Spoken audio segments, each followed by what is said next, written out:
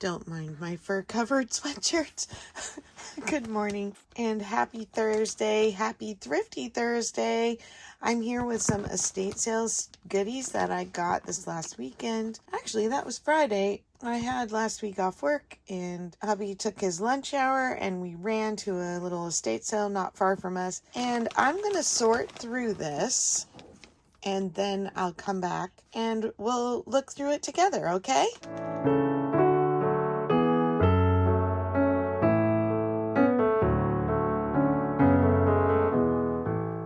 Hi again, it's Carol from Crinkled Path Journals. I've sorted everything from my estate sale finds and ditched the furry sweatshirt. My dear 20-year-old cat is she's about to celebrate her 20th birthday, and it's dangerous to wear black around a white cat. Even Leonardo da Vinci is here to go through the things with us. He's a little card, and I just thought he would be fun to add to my collection. I have some other little artist cards that I keep on my desk, and so he's going to come hang out with the Norman Rockwell girl and this little old maid card from 1985. We have a lot of buttons. There was the big bag and this box was full, and it was a lot of little baggies and these little clothing labels. Literally, I think pretty much this whole adult life wardrobe collection, she saved every button, every little thread. And so I do have this that I put threads and really fraying fabric in, and so I put a bunch of those sweater for if you have a snag, they give you extra threads. Does anybody ever use those? I've never used them. Anyway, they're in here. They make great clusters that go behind in a collage or something like that. I keep those on my desk. There was a selection of baby food jars with notions, snaps, one eyeball, a bunch of bobbins, some sewing machine needles, which I'm going to have to check and see if any of them fit my machine. That would be really nice. This one's all full of safety pins. Look at this one. Isn't that cool? Some fabric buttons, seed beads, and bells.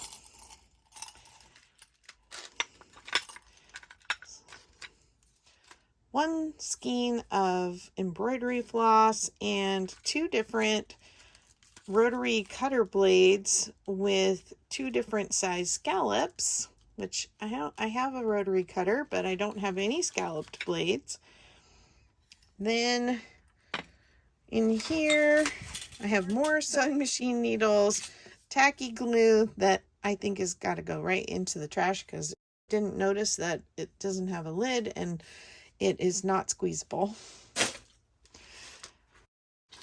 Then we have some fun buttons. These look so 1970s. And so I liked the orange price tags on them.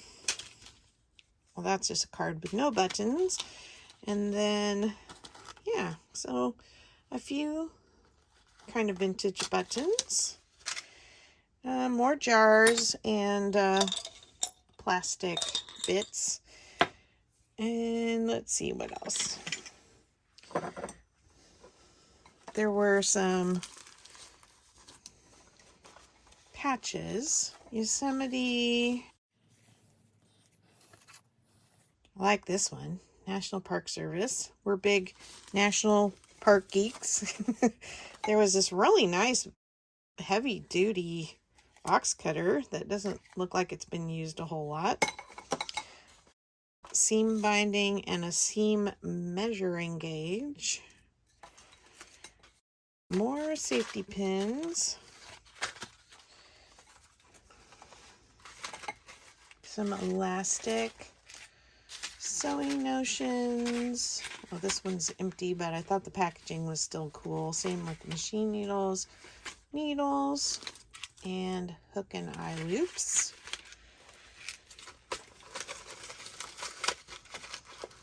And we have some mini sewing kits. There were like 3 or 4 of those. Some collar stays. And then a whole bunch. All of these are clothing labels and little envelopes that buttons came in for garments. Some cool tags.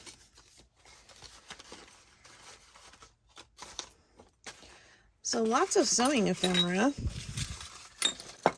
And then this was the buttons, except for these, which are a set of earrings. Kind of sad that this one's broken. Not that I would wear them, but they are kind of fun to put on journaling tags and things. This button is sewn to a piece of fabric.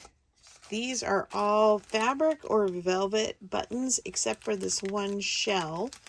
But I put them in here because I felt like they were more likely to get broken or dirty. So I wanted to keep them in a separate bag.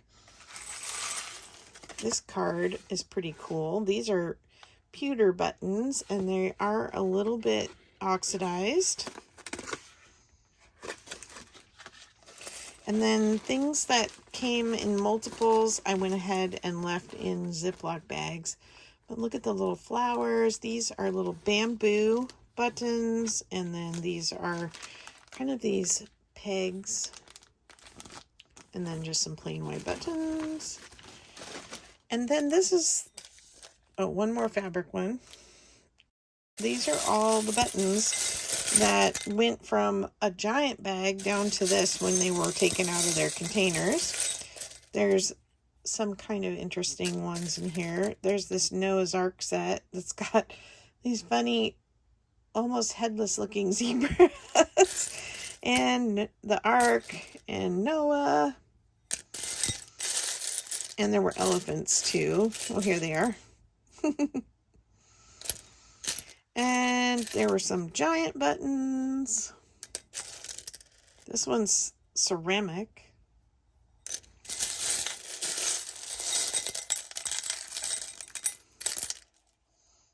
A star and an apple. Kind of fun. I need to sort buttons into my new jars. The milk jars that I showed on my last Thrifty Thursday. So that's what came out of all the sewing things. And then I have this stack of books. So first we have a slide rule book.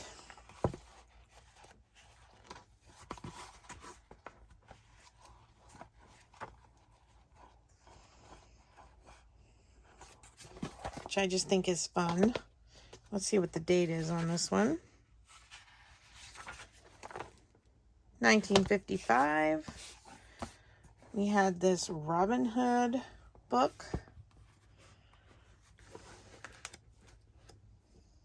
1940. Music and illustrations.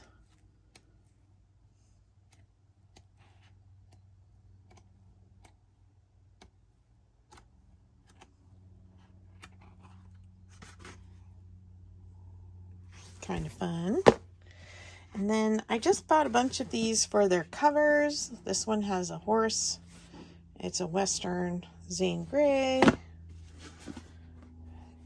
Standard mathematical tables. Great background or filler paper. We've got Shag about a dog. 1931. Some great aged papers. They're kind of in rough shape, this one. Bound to Succeed, a business book. pages are very aged on this, and they are just falling right out of the cover. Let's see what the date is. 1907 in this book.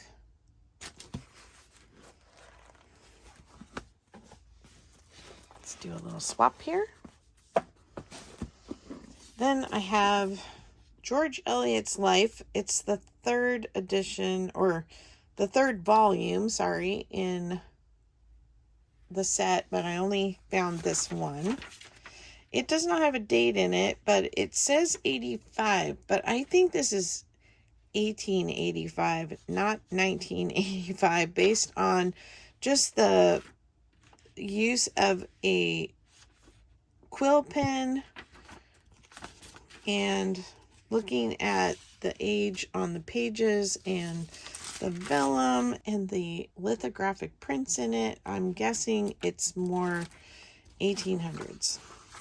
Also, by the feel of the paper and the typeset, doesn't really show up on the camera. It looks really imprinted into the paper rather than being raised on top or printed on top of the paper. And then all the dates inside are 1800s and before 1885. So that's just my best guess on that one. I thought this one was really fun. Toasts You Ought to Know. This has really ornate pages. This is 1908.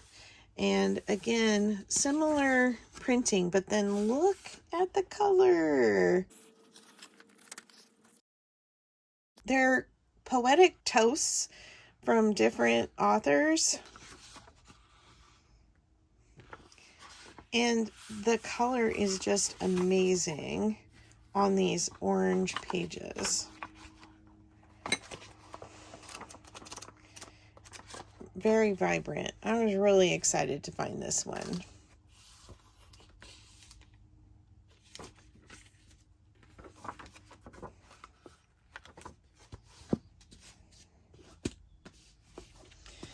Then I got a copy of A Kiss for Little Bear.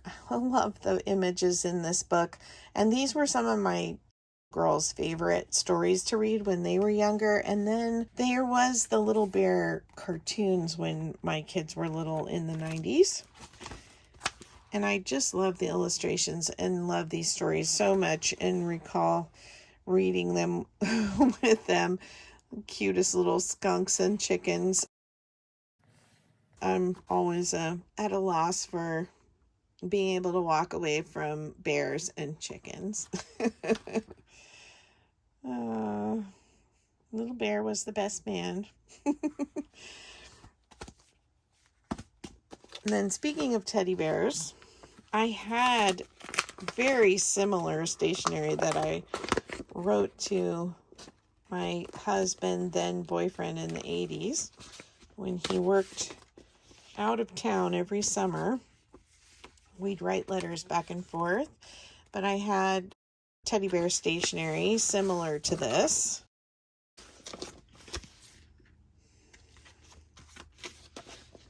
And then last but not least, we have this Hebrew English picture dictionary, which, if you know, Hebrew is read, if I'm remembering correctly, you read it right to left,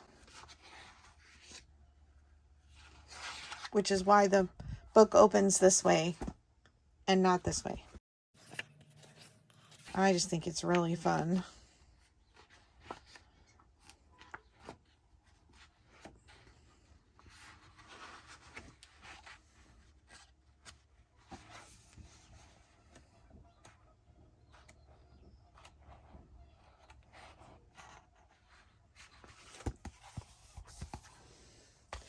That was our estate sale haul. It was very fun, and they were saying things like, oh, the books are $2 each, but if you buy more than one, we'll make you a deal. Oh my goodness, they gave us a great deal.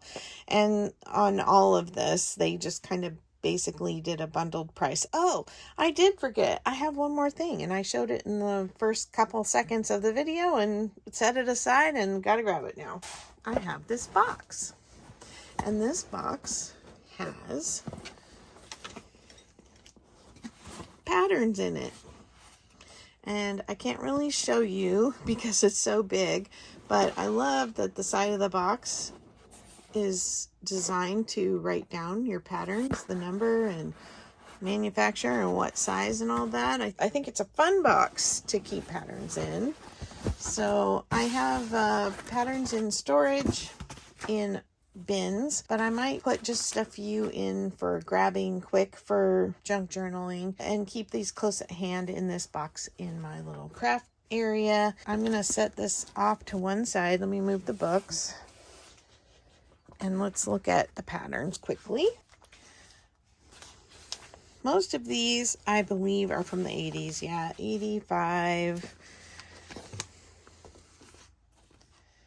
Look at that sequiny dress.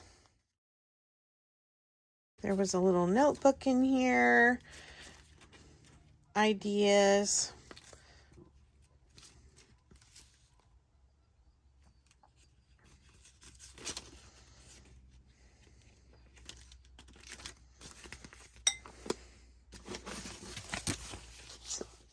Some dressmaker's tracing paper. Isn't that fun? Still quite a bit in there. This McCall's. This looks 90s to me. Heat Bond. Butterick is the ones that don't usually have the date. Nope, don't see a date. I'm going to guess 90s again with this. Fitting tips. Information. Oh, and there's a little label that you could add if you used a Berta pattern. 1991. 1983. Some more fusible interfacing.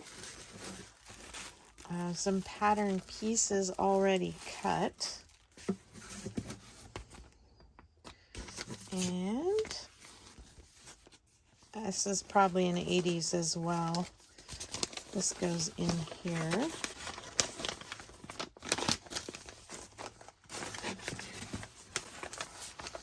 A Vogue pattern. Look at those cuties. This looks 80s as well. Maybe early 90s.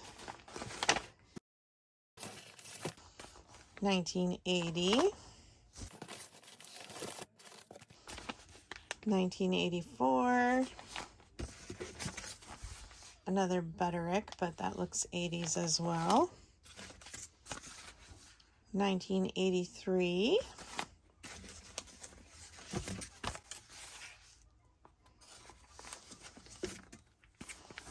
1976, So Groovy. Another Butterick. I don't seem to see the dates on the Vogues either. Bathrobes for men. 1976. 1976. Gonna guess that we're gonna keep in the 70s theme here for a minute. 1976. And then here's a 1998.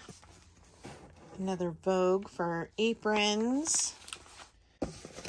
And I think the rest of these are kind of more modern homemaking things, but I can always use the pattern paper for wrapping things, padding, Waverly, a diaper bag, and some Halloween costumes. I thought those were kind of fun and had a nice variety of retro 70s, 80s, and 90s